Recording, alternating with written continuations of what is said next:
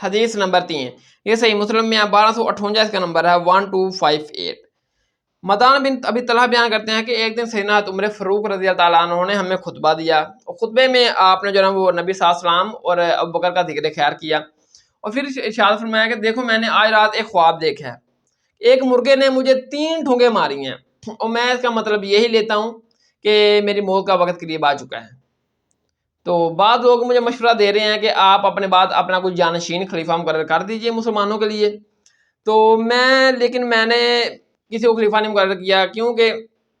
یعنی کہ میں جانتا ہوں کہ اللہ تعالیٰ اپنے دین کو برباد نہیں ہونے دے گا، نہ ہی اپنی خلافت کو برباد ہونے دے گا، اور نہ ہی اس چیز کو جو اللہ تعالیٰ نے نبی صلی اللہ علیہ وسلم کو دے کر بھیجا ہے، یعنی کہ قرآن کی ہدایت۔ ساتھ میں فرما دیا کہ اگر میری موت کا وقت قریب آ جائے، یعنی کہ میری موت جلدی آ جائے، تو میں اپنے بعد ان 6 لوگوں کے علاوہ کسی کو خلافت کا حقدار نہیں سمجھتا۔ یہی وہ 6 لوگ ہیں جو خلافت کے حقدار ہیں، اور کیونکہ نبی صلی اللہ علیہ وسلم ان سے وفات تک راضی رہے، اس کا مطلب ہے کچھ تھے ناراض بھی تھے وفات پر۔ تو میں نے کہا کہ میرے بعد خلافت کے حقدار صرف یہ 6 لوگ ہیں۔ کون 6 لوگ؟ ان کا ذکر اگلی حدیث میں آ جائے گا: عمر، عثمان، علی، طلحہ، زبیر، سعد بن ابی وقاص، عبد الرحمن بن عوف۔ میرے بعد یہ 6 لوگ خلافت کے حقدار ہیں، کیونکہ نبی صلی اللہ علیہ وسلم اپنی وفات تک ان سے راضی تھے۔ اور ساتھ میں فرما دیا کہ میں خوب جانتا ہوں کہ بعض لوگ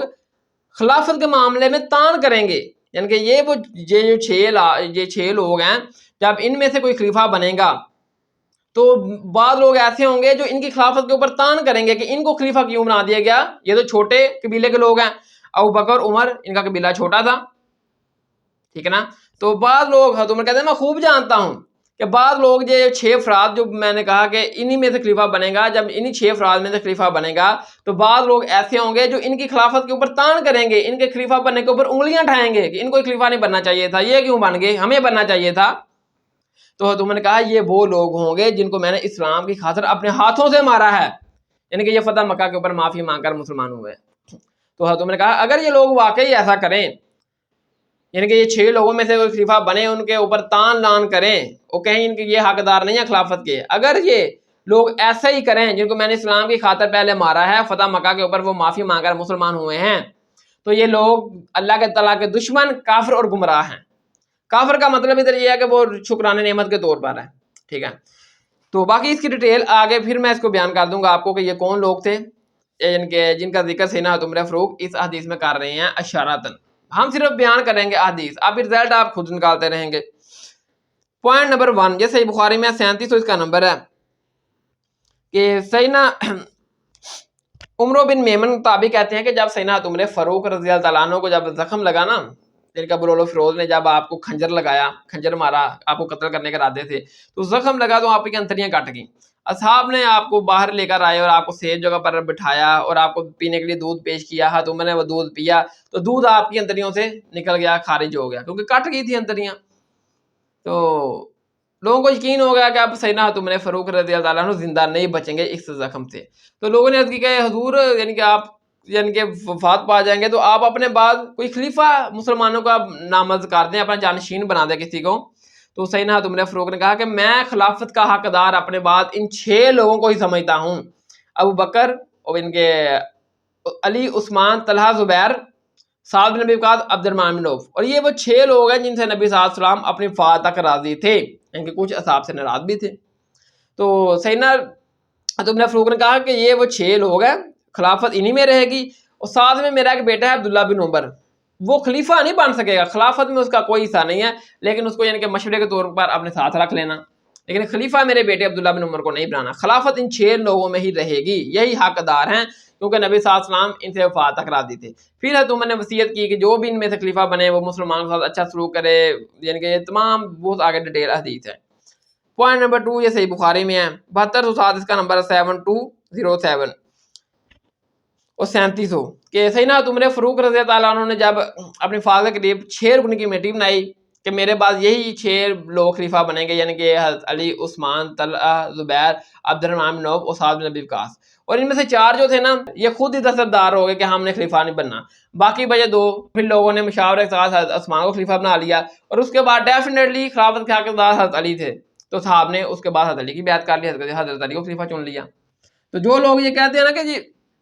حضرت علی جو نا وہ بس زبردستی بن گئے، لوگوں نے بنا دیا، ایسی بات نہیں ہے، یہ بخاری میں موجود ہے کہ عمر نے 6 رکنی کمیٹی بنائی تھی، 4 لوگ ویسے ہی نکل گئے، حضرت عثمان خلیفہ منتخب ہو گئے، تو حضرت عثمان کے بعد جو نا وہ حضرت علی سے بڑھ کر خلافت کا حقدار تھا ہی کوئی نہیں، ٹھیک ہے، تو حضرت علی خلیفہ برحق ہیں۔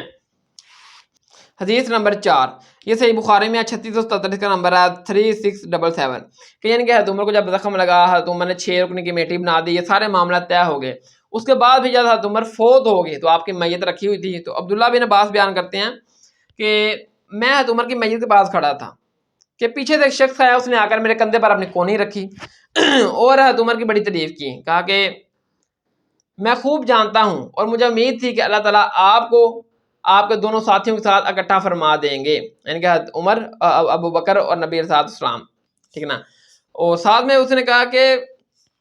کیونکہ میں اکثر نبی صلی اللہ علیہ وسلم سے یہ سنا کرتا تھا کہ میں ابو بکر اور عمر تھے، میں ابو بکر اور عمر گئے، میں اور ابو بکر عمر نے یہ کیا، یعنی کہ نبی صلی اللہ علیہ وسلم ہمیشہ